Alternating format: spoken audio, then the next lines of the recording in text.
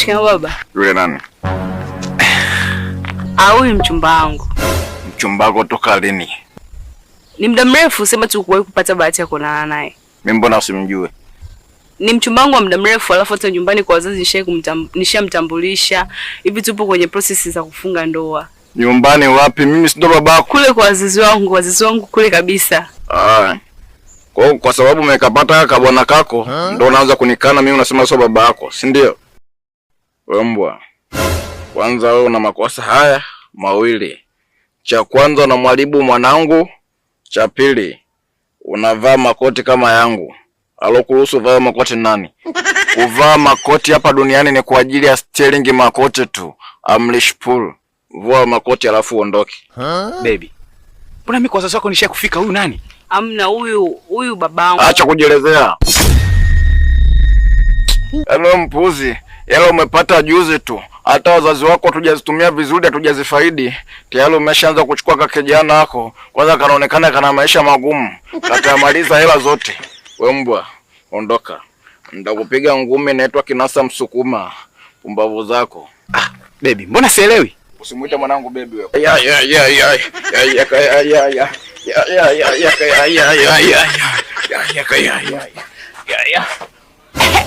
Mnaionaje hiyo? Baba, mbona umeingia nyumbani kwangu bila hata kupiga hodi? Mpuuzi nini? Yaani ndani kwa mtoto wangu, alafu unaniuliza naingiaje bila kupiga hodi? Uona kichaa eh? Okay. Hivyo vitu sasa unapeleka wapi? Tena umenikumbusha. Yaani wewe mpuuzi, wazazi wako kila siku tunateseka na njaa. Wewe umejaza mavitu vya vyakula vyote ndani. Nimekuja kuvisomba. Tena nakupa onyo, nakupa amri, nakupa kauli. Nisikiliza kwa makini.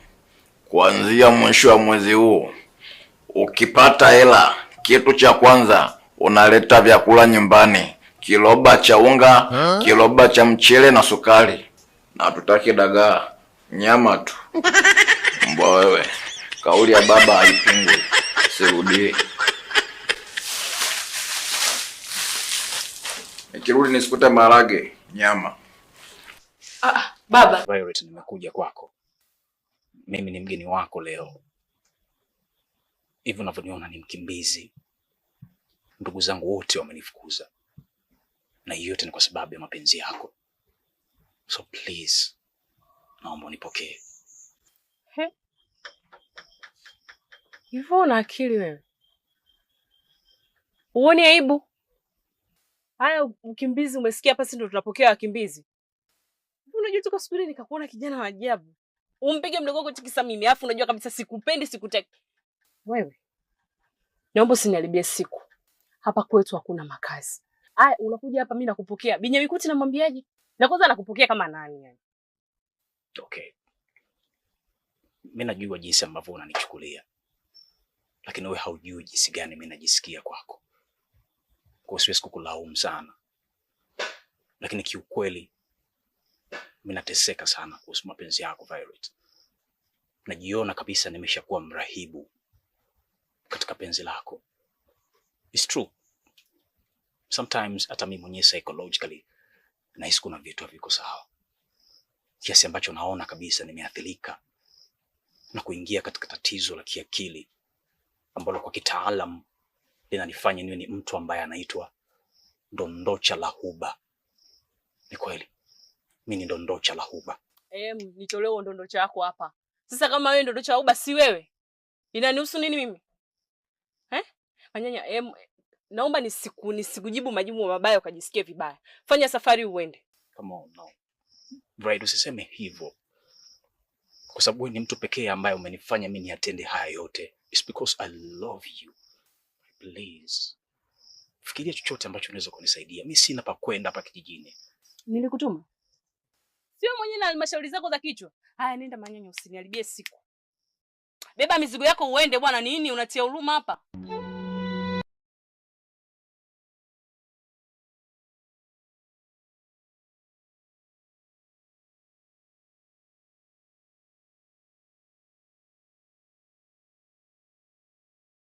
Manyanya.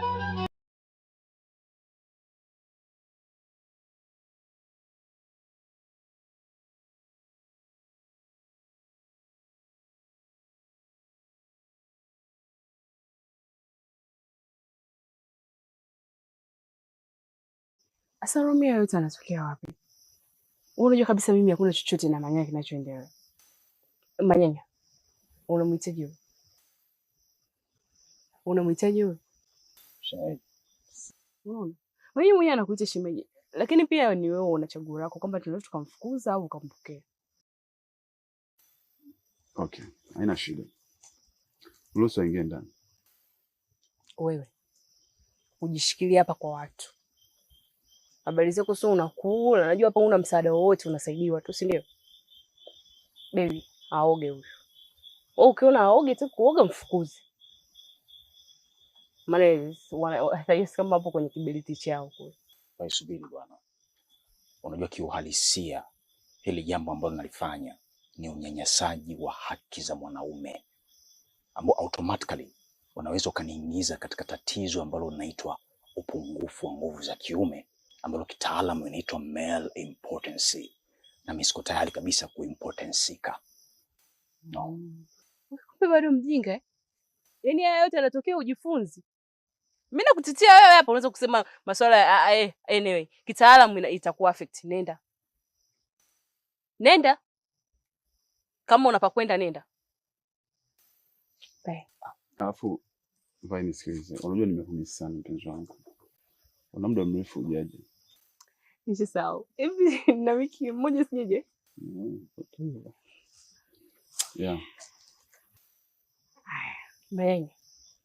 Tutasubiri hapa.